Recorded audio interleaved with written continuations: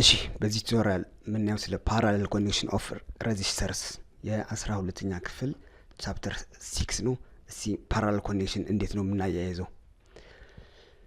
ፓራሌል ኮኔክሽን ማለት ሬዚስተሮቹ በቲዩ ሲያያዙ ማለት ነው። ሶ ቲዩ ሲሆኑ the voltage drop across each resistor is the same whereas the total current is the sum of the current through each resistor ይሆናል ማለት ነው። ሶ ምንድነው እዚህ ጋር የሚለው voltage is equal for every resistors in parallel connection. ኦኬ ሶ V total ከማን ጋር እኩል ነው? the voltage drop across R1 ይሄኛውም ከማን ጋር እኩል ነው? the voltage drop across R2 ጋር እኩል ነው። ይሄኛውም ከማን ጋር እኩል ነው? the voltage drop across R3.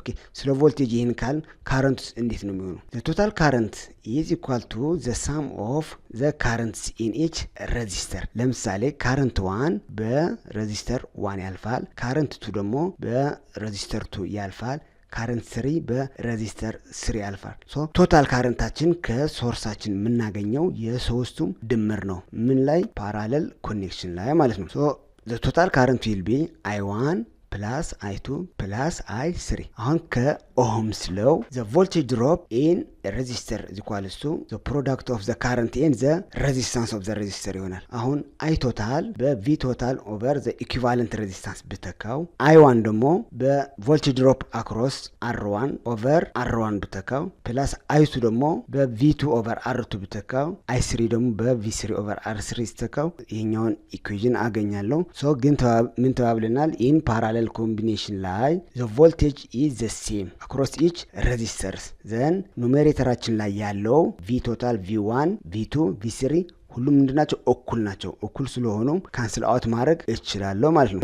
the formula for the equivalent resistance in parallel combination will be 1 over R equivalent is equals to 1 over R1 plus 1 over R2 plus 1 over R3 ይሆናል ማለት ነው። ኦኬ እስቲ ፓራሌል ኮምቢኔሽን ላይ አንድ ሁለት ኤግዛምፕል እንስራ። ኤግዛምፕል 1 ምንድነው የሚለው? in the circuit below resistors R1 and R2 are in parallel and have resistance of 8 ohm and 4 ohm respectively. R1 ስንት ነው ማለት ነው? 8 ohm ነው። R2ችን ደግሞ 4 ohm ነው ሬዚስታንሱ ማለት ነው። the current passing through R1 ተሰጥቶኛል 0.2 በR1 የሚያልፍ ካረንት ተሰጥቶኛል። አሁን የተጠየቁት the voltage drop across R2 እና the current through R2 ነው የተጠየቁት። ኦኬ እስቲ ወደ ሶሉሽኑ እንሂድ። አሁን I1 ከተሰጠኝ the voltage across the first resistor ማግኘት እችላለሁ V1 equals to I1 times R1. so the voltage drop across the first resistor ስንት ይሆናል? 0.2 ሲባዛ 8 ቮልት. the voltage drop across the first resistor will be 1.6 ቮልት. አሁን እነዚህ ሬዚስተሮች በምንድነው የተያያዙት? በፓራሌል ስለሆነ the voltage drop across R1 and the voltage drop on R2 are equal 1.6 volts. ስለዚህ the voltage drop on the second resistor R2 will be 1.6 volt ማለት ነው። ይሄኛውን ካወኩኝ the current that passes through the resistor 2 ማግኘት እችላለሁ ማለት ነው ኦህምስ ሎው ተጠቅሜ። so the current I2 እንዴት ይሆናል? V2 over R2. the voltage drop across R2 ተሰጥቶኛል አግኝቻለሁ already and the resistance of R2 ተሰጥቶኛል። so ካረንቱን ማግኘት እችላለሁ I2 will be 0.4 አምፒር ይሆናል ማለት ነው። ተጨማሪ ጥያቄ እንስራ።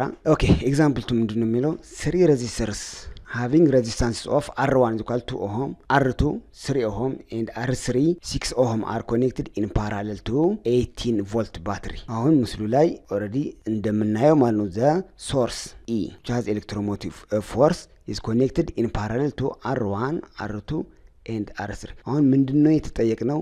አንደኛ equivalent resistance of the circuit ተጠየቀናል።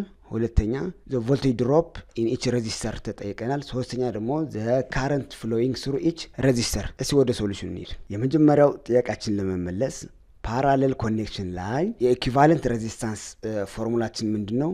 1 over R equivalent will be the sum of the reciprocal of the resistances ማለት ነው። so 1 over R equivalent equals to 1 over R1 plus 1 over R2 plus 1 over R3 ይሆናል። then ቁጥሮችን ስናስገባ the equivalent resistance will be 1 ohm ይሆናል። ኦኬ equivalent resistance አውቀናል። አሁን ደግሞ ወደ ቀጣዩ ጥያቄያችን the voltage drop across ኢች ሬዚስተር ነው የተባባል ነው። በፓራሌል ኮምቢኔሽን the voltage across each resistor is the same to that of the total voltage። ሁሉም the same የሆነ ቮልቴጅ ይኖራቸዋል 18 ቮልት ማለት ነው። ኦኬ ወደ ቀጣዩ ጥያቄያችን እንሂድ።